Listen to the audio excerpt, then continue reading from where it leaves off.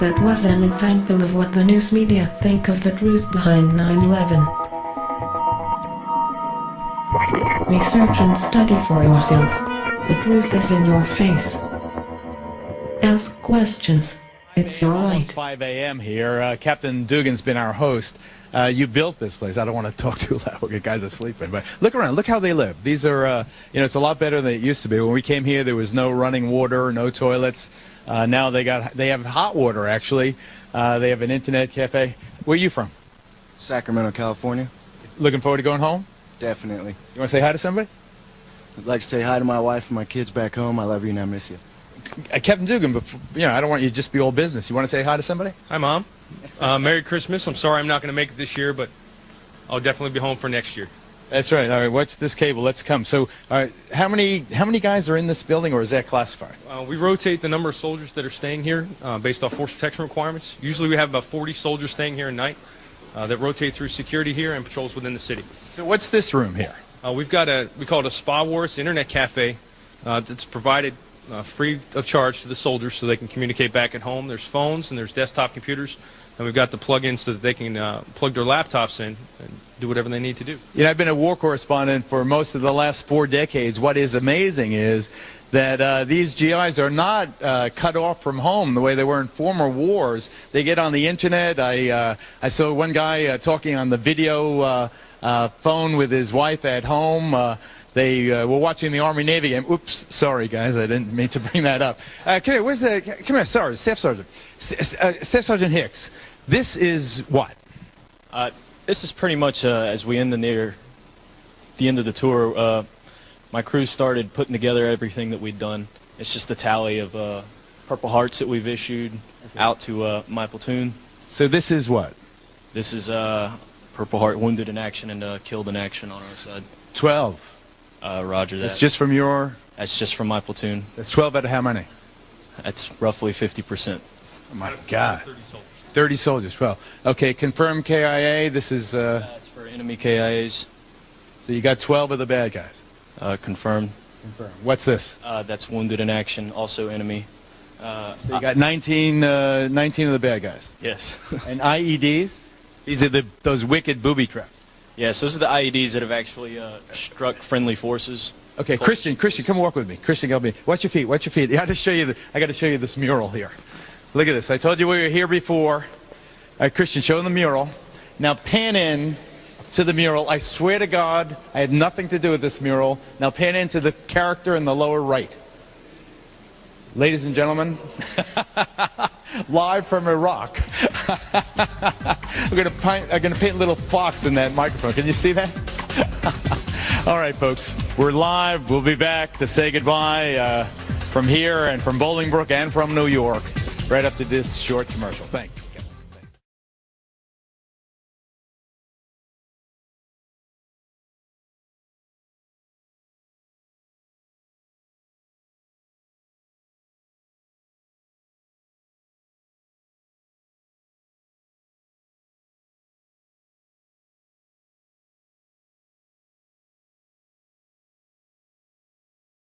Coming to you from the sand fields of Iraq, we have recent information of where the Al-Qaeda might be hiding and training their troops. Now listen up. This is a secret information. I feel like I really probably shouldn't tell you this, but I'm going to make you a sand map. Let you know where we're going to be raiding and what time exactly. Okay? And so in 5 minutes we're going to invade this compound. Now pan down and I'll show you the sand map. Okay. Right here we have this is the enemy camp. This is our troops here and here. Okay? Okay. The enemy troops are here. And if they wanted to attack us, they would attack us in the next hour here. Okay? This will be ideal. You kill our troops. Okay? Boom. Boom. Dead. But we hope that doesn't happen, even though this is a live broadcast. Okay? I hope I'm not giving away anything, maybe losing my job. But come with me and we're going to go inspect the compound. Okay?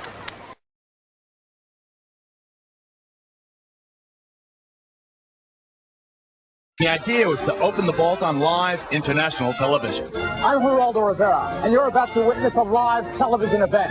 A massive concrete vault has been discovered.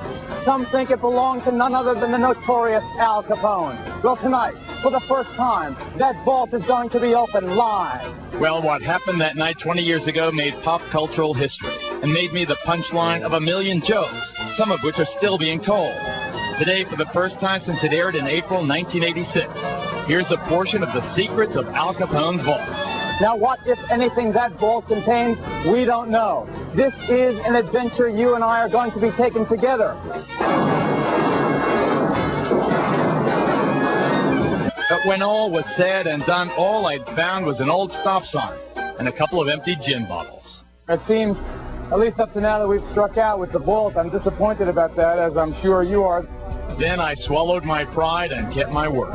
I promised all the critics that if we didn't find anything, I'd sing a song. So, Chicago, Chicago, that Hovland town. All right, I'm going. I'll see you.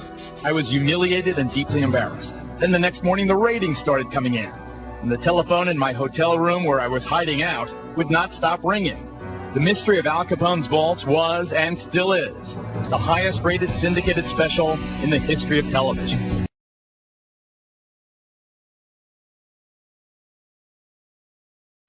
After the debates, I made it very plain.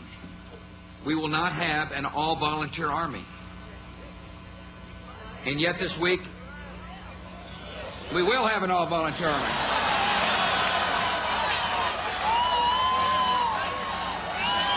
Let me restate that. We will not have a draft.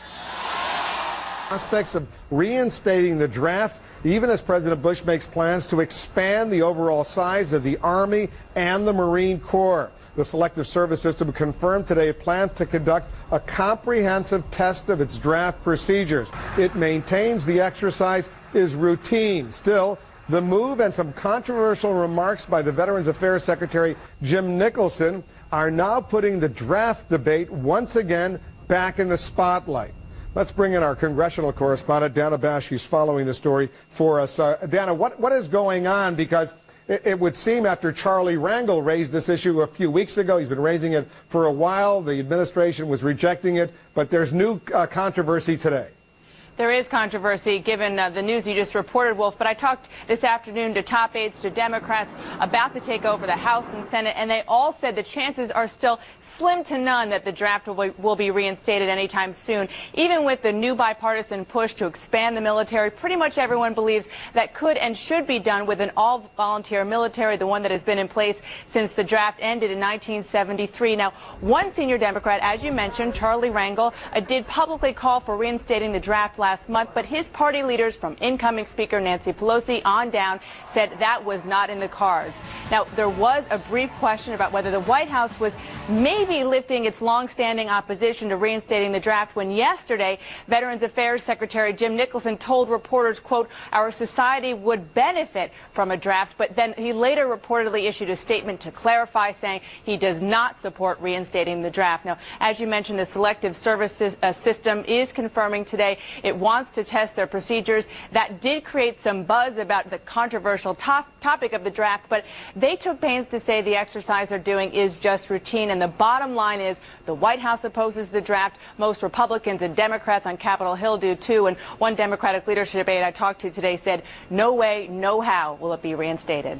Wolf. Dana, thank you for that. Dana Bash, our congressional correspondent, reporting the draft is making a comeback, at least for our debate, or at least our discussion right now in our strategy session. Joining us now, CNN political analyst and Democratic strategist Donna Brazile, and Terry Jeffrey, editor of Human Events. Guys, thanks very much for coming in. Here's what's new about all of this talk about reviving the military draft. It comes only days after the President of the United States made a major announcement saying he wants a bigger Army, a bigger Marine Corps, rejecting, in effect, repudiating 6 years of Donald Rumsfeld, who wanted a lean, mean fighting machine, but a small one. And now the President says, you know what, it's not good enough. So all of a sudden, we're getting word that the Selective Service, the draft, they're going to have this major test to see how they're doing. What do you make of this? Well, this is like testing a fire alarm. I think it's part of their routine to test the system to see if it works. But if you want to unify Republicans and Democrats, bring up the draft, because we're all opposed to